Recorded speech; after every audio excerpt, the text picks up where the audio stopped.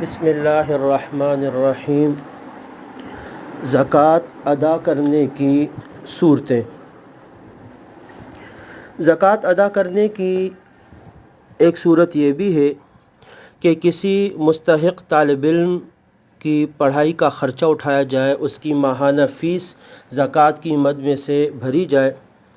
زکوٰۃ کی ادائیگی کی ایک صورت یہ بھی ہے کہ اگر کوئی شخص قرض دار ہے، اس کے قرضے کو زکوٰۃ کی مد میں سے ادا کر دیا جائے، اس کے قرضہ۔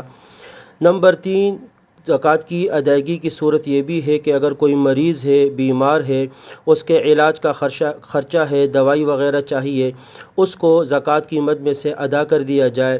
یا کوئی غریب ہے، اس کی شادی کرانی ہے، اس کے شادی کے کچھ اخراجات وغیرہ وہ اٹھا لیے، سامان وغیرہ خرید لیے زکوٰۃ کی مد میں سے، ان صورتوں میں بھی زکوٰۃ ادا ہو جاتی ہے۔ البتہ یہ جو صورتیں ذکر ہوئی، ان کی ادائیگی کی دو صورتیں ہیں۔ ایک صورت یہ ہے کہ زکوٰۃ براہ راست ان لوگوں کے ہاتھ میں دی جائے کہ اسٹوڈنٹ بالغ ہے، اس کو زکوٰۃ دی جائے طالب علم کو، اور وہ خود اپنی فیس بھر لے۔ یا کوئی بیمار ہے اور اس کی رقم اس کے گھر والوں کو کسی کو دے دی جائے، اس کو بتا دیجیے وہ لوگ بھر دے۔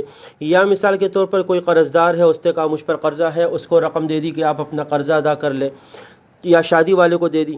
تو ایک صورت تو یہ ہے۔ دوسری صورت یہ ہے کہ آدمی خود یہ ادا کرے۔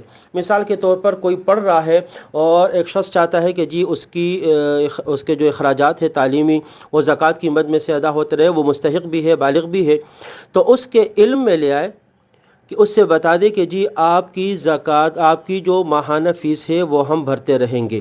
وہ اجازت دے دے تو اب یہ شخص اس کی طرف سے وکیل ہو گیا، تو یہ زکوٰۃ کی مد میں سے اب خود بھی اس کی فیس کو بھر سکتا ہے۔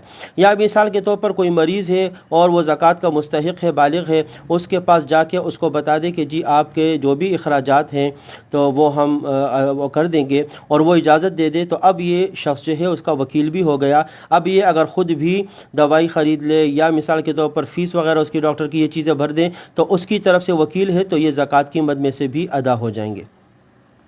اسی طریقے سے کوئی قرض دار ہے اور اسے کہے کہ بھئی آپ کا اتنا قرضہ ہے تو ٹھیک ہے، اگر آپ کی اجازت ہو تو ہم آپ کا قرضہ ادا کر دیتے ہیں، اور وہ کہے بھئی ٹھیک ہے آپ میرا قرضہ ادا کر دے، تو اب اگر اس شخص کو جس سے قرضہ لیا گیا ہے، یہ شخص خود جا کے اس کا کہہ دے کہ یہ فلاں کا قرضہ ہے اور میں ادا کر رہا ہوں، تو اس کا قرضہ ادا ہو جائے گا اور اس شخص کی زکوٰۃ ادا ہو جائے گی۔